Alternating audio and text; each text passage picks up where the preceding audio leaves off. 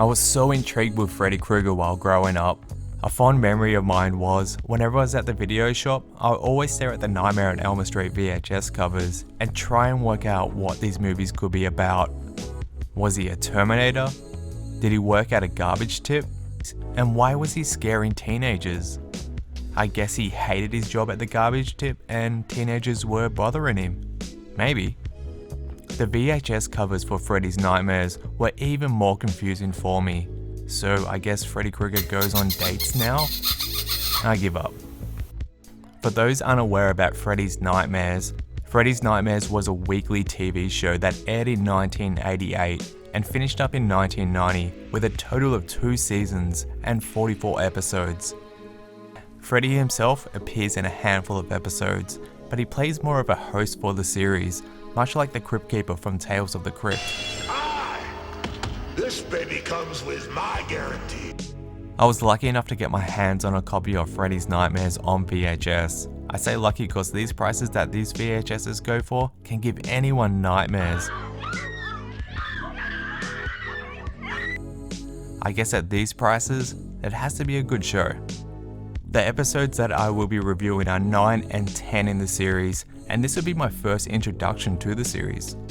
So let's get into the review because I'm hanging to pay Springwood a visit once again, and I hope I don't fall asleep while I'm watching it.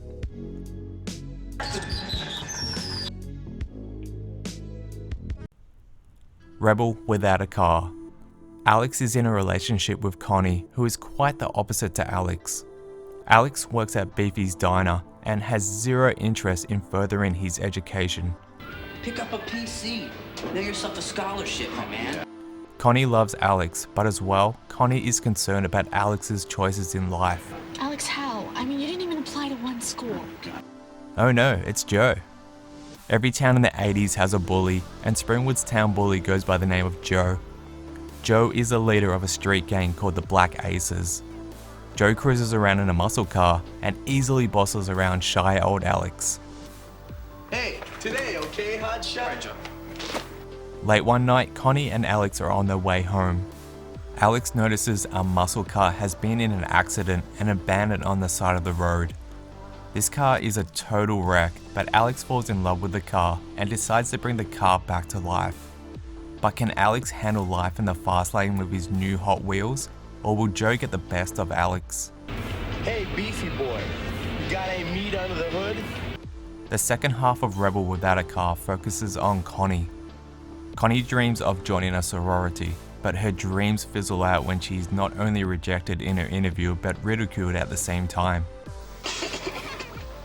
Lucky for Connie, the sorority has a little bit of a cash flow going on, and Connie is re-interviewed and accepted into the sorority right away, but not that easily. Hey, now get upstairs and get cleaned up.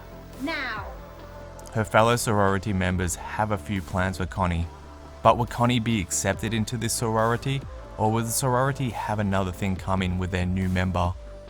Some standout moments in this episode, besides Joe's hair, is I like how the story is rolled out. Both Alex and Connie fall asleep, but the story continues without Freddy haunting them. It's a different take, but it works.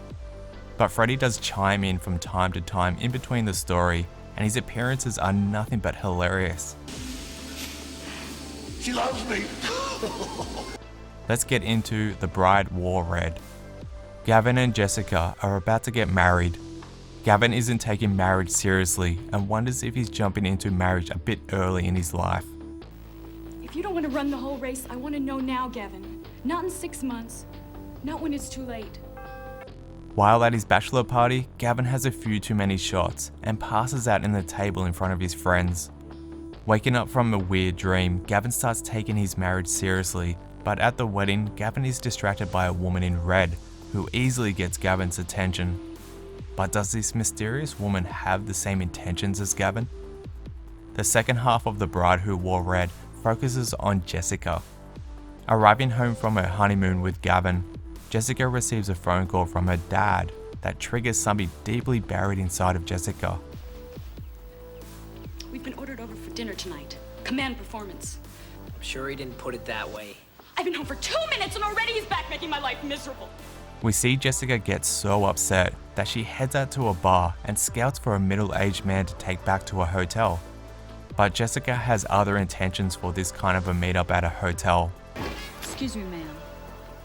Did you know your husband's cheating on you? Seeing that this isn't the first time Jessica has done this before, will this last stunt for Jessica calm her past trauma, or will Jessica's last victim have a hard pill for her to swallow?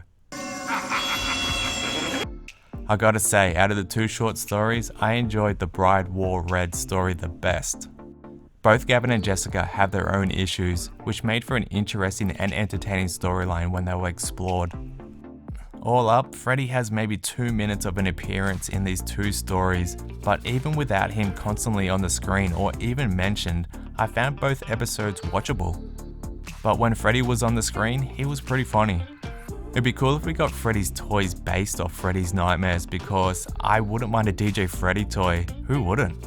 With Rapmaster. Ready! After watching Freddy's Nightmares, it definitely got me really intrigued with the series, as I did find the whole concept of a Nightmare on Elm Street TV series brilliant, and it left me wanting more. Would I recommend this series? Well, I've only seen 2 episodes out of the 44, so I can't speak for the other episodes, but I did find myself enjoying these 2 episodes. And if I had more episodes of Freddy's Nightmares in front of me, of course I'll sit down and binge watch the show.